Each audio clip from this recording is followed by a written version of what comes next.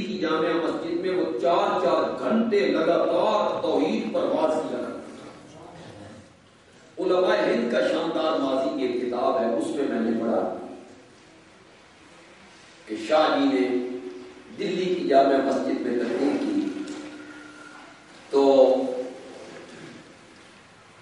جیسے ہمارے ہاں معروف ہو جاتی ہے غیر اللہ کی نیازیں، مثلاً 11ویں پیران پیر کی اور کنڈے امام کیا فرق ہے، تو دلی کے علاقے میں تھا سانک بی بی فاطمہ،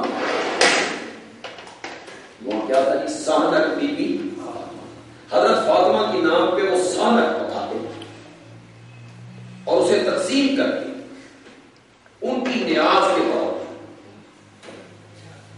شاہ جی نے اس کے خلاف تقریر کی کہ یہ حرام ہے، یہ غیر اللہ کی نیاز ہے اور حرام ہے۔ تو وہ جو غلط عقیدے کے لوگ تھے، وہ پڑوس میں ایک بوڑھی عورت رہتی تھی جو بی بی فاطمہ کی سانک بہت پکایا کرتی تھی اور بڑی منہ پھٹ قسم کی عورت تھی، اس کو جا کے بھڑکایا کہ شاہ اسماعیل بی بی فاطمہ کی سانک کو حرام کہہ رہا ہے۔ ان کا مطلب یہ تھا یہ جائے گی ان کی توہین کرے گی۔ تو وہ بوڑھی عورت بھی غصے میں بکھری ہوئی نکلی، مسجد پہ پہنچی، جلسہ ختم ہو گیا تھا، شاہ جی سیڑھیوں سے اتر رہے تھے، یہ عورت سیڑھیوں پہ چڑھ رہی تھی۔ اس نے کہا تو کیا کہ بی بی فاطمہ کی سانک حرام ہے، تو کہتا ہے؟ شاہ جی نے جواب میں ایک جملہ کہا، ذرا جملہ سنیں۔ فرمایا میں نہیں کہتا، بی بی کا بابا کہتا ہے۔ میں نہیں کہتا، بی بی کا بابا کہتا ہے کہ غیر اللہ کی نیاز حرام ہے۔ پتہ نہیں کیا تاثیر تھی، بوڑھی عورت کہتی ہے بی بی کا بابا کہتا ہے تو صحیح کہتا ہے، پھر حرام ہوئی۔ تو یہ بر صغیر پاک و ہند میں شاہ ولی اللہ محدث دہلوی رحمۃ اللہ علیہ کے خاندان کی جو تفسیری خدمات ہیں، میں نے اس کا تذکرہ آپ کے سامنے کیا۔ پھر تھوڑا سا اور پیچھے ہٹیے گا، علماء دیوبند، ان میں قرآن پاک کی تفسیری اور ترجمے کی خدمت کا کام سب سے پہلے اللہ نے جس شخصیت سے لیا اس کا نام ہے شیخ الہند مولانا محمود حسن دیوبندی رحمۃ اللہ۔ یہ دیوبند کے پہلے شاگرد ہیں۔ انار کے درخت کے نیچے یہ مدرسہ شروع ہوا تھا۔ ایک طالب علم تھا، ایک استاد تھا، استاد کا نام بھی محمود تھا، شاگرد کا نام بھی محمود تھا۔ یہ شاگرد بعد میں جا کے شیخ الہند بن گیا۔ اور کہتے ہیں نا کہ ایک انار اور 100 بیمار۔ وہ دیوبند کا مدرسہ جو انار کے درخت کے نیچے شروع ہوا، اس میں ایک انار نہیں، پتہ نہیں کتنے انار لگے ہوئے تھے، تبھی تو کئی بیماروں کو شفائیں ملی۔ حضرت شیخ الہند رحمۃ اللہ علیہ انگریز کے خلاف تحریک میں گرفتار ہوئے اور مالٹا کی جیل میں قید کر دیے۔ حضرت شیخ الہند فرماتے ہیں کہ میں نے مالٹا کی جیل میں اس بات پہ غور کیا کہ مسلمانوں کی پستی کا سبب کیا ہے، یہ کیوں زوال پذیر ہے، یہ کیوں مار کھا رہے ہیں، یہ کیوں پستیوں کی طرف دھکیلے جا رہے ہیں۔ میں نے غور کیا تو مجھے اس کے 2 سبب نظر آئے۔ ایک سبب مجھے یہ نظر آیا کہ ہم قرآن سے دور ہو گئے، یہ ہے ہماری پستی کا سبب کہ ہم قرآن سے دور ہٹے ہیں۔ اور دوسرا سبب پستی کا ہے آپس کا اختلاف، انتشار۔ یہ جو مسلمانوں کا آپس کا انتشار ہے اور اختلاف ہے اور افتراق ہے، یہ مسلمانوں کی پستی کا سبب ہے۔ کسی کسی غلط فہمی میں نہ رہیے گا.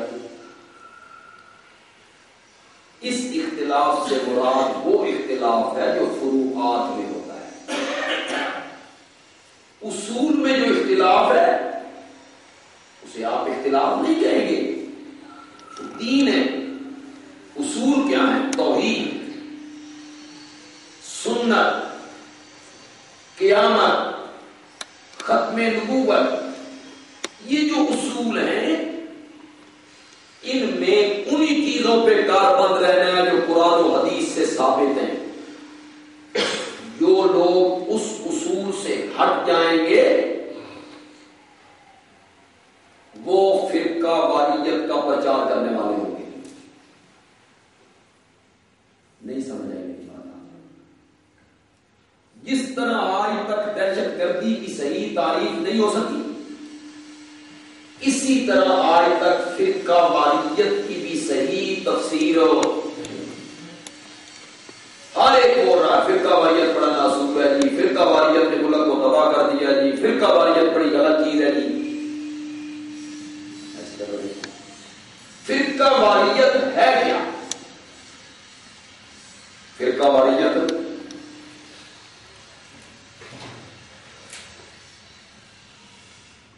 کسے کہتے ہیں؟ فرقہ واریت ایک ہی لاٹھی سے مت ہانکیے گا. کیا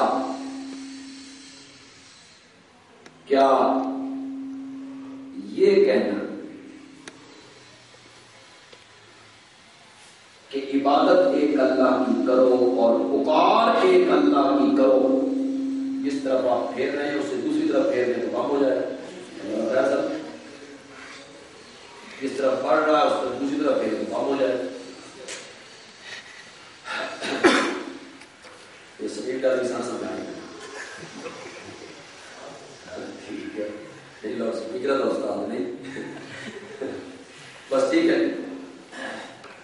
یہ کہنا کہ عبادت اللہ کی کرو اور پکار خالص اللہ کی کرو اور سجدہ صرف اللہ کا کرو اور بذل و نیاز صرف اللہ کی دو اور اللہ کے سوا کسی اور کا سجدہ کرنا حرام ہے، شرک ہے، یہ کہنا فرقہ واریت نہیں. یہ تو قرآن نے بیان کیا. لعنت اللہ علی الیہود والنصارى اتخذوا قبور انبیاء مساجد. اللہ کی لعنت ہو یہودیوں عیسائیوں پر جنہوں نے اپنی اپنی قبروں کو، اپنے اپنے نبیوں کی قبروں کو سجدہ گاہ بنا لی. یہ تو دین ہے. معلوم ہوا توحید کے بیان کرنے کا نام فرقہ واریت نہیں ہوگا، شرک کے پرچار کرنے کا نام کیا ہوگا؟ فرقہ واریت. یہ نہیں ہے کہ لاٹھی سے آپ جو عالم یہ کہتا ہے قبروں پہ سجدہ کرنا حرام ہے اور شرک ہے اور میرے نبی نے اس پر لعنت کی، اور جو لوگ قبروں پہ سجدے کرتے ہیں ان پر خدا کی لعنت ہو. ایک بندہ اٹھ کے کہتا ہے جی فرقہ واریت پھیلا رہے ہیں. یہ کیسی فرقہ واریت ہے؟ یہ تو دین ہے. قرآن نے بیان کیا، یہ تو نبی پاک نے بیان کیا. یہ کہنا کہ اپنی خوشی، غمی، آذان، نماز، روزہ، حج، وضو، زکات، افطاری، سحری اس طریقے سے کرو جس طریقے سے نبی پاک نے فرمایا، سنت کے مطابق کرو، یہ فرقہ واریت نہیں ہوگا. ہاں سنت سے ہٹ کے بدعات کا سر انجام دینا یہ کیا ہوگا؟ فرقہ واریت. اس کا نام ہوگا فرقہ واریت. آج بڑے بڑے وزیر اور وزیر اعلیٰ اور گورنر فرقہ واریت نے تباہ کر دیا، فرقہ واریت نے تباہ کر دیا. گلاب کے پانی سے داتا دربار پہ جا کے غسل دینا اور اس پر چادریں چڑھانا اور پاک پتن میں بھیشتی دروازے کا کھولنا، اس کو فرقہ واریت کہتے ہیں. بے شک جس کے تم خود فرقہ واریت پھیلاتے ہو اور اخباروں میں بڑے بڑے بیان جاری کرتے ہو. یہ قوالیاں کرنا، یہ پختہ قبریں بنانا اور یہ قبروں کے طواف کرنا، ان جانیوں سے چمٹنا اور ان کو غسل دینا اور ان پر غلاف چڑھانا، یہ سب خلاف شرع کام ہے اور اس کا نام کیا ہوگا؟ فرقہ واریت. یہ کہنا کہ سب صحابہ پہ جہنم حرام